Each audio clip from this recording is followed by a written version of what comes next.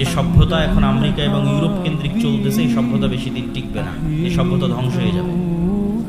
ঠিক যেভাবে আদ সামুদের সভ্যতা ধ্বংস হয়ে গেছে, লুত জাতির সভ্যতা ধ্বংস হয়ে গেছে, ভোগ বিলাসীওয়ালা সভ্যতা, ব্যক্তি স্বাধীনতাওয়ালা সভ্যতা বেশি দিন টিকে না, ধ্বংস হয়ে যায়।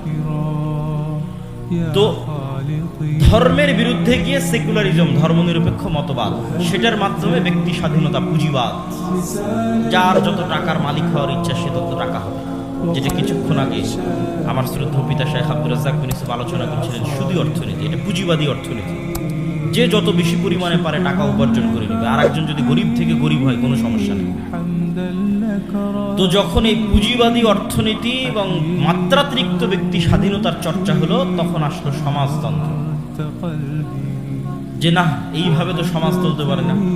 একজন মালিক হতে হতে কোটি টাকার মালিক হচ্ছে, আর একজন শ্রমিক হিসেবে তার কাজ করে খেতে খেতে তার দিন চলে না, এভাবে চলতে পারে না।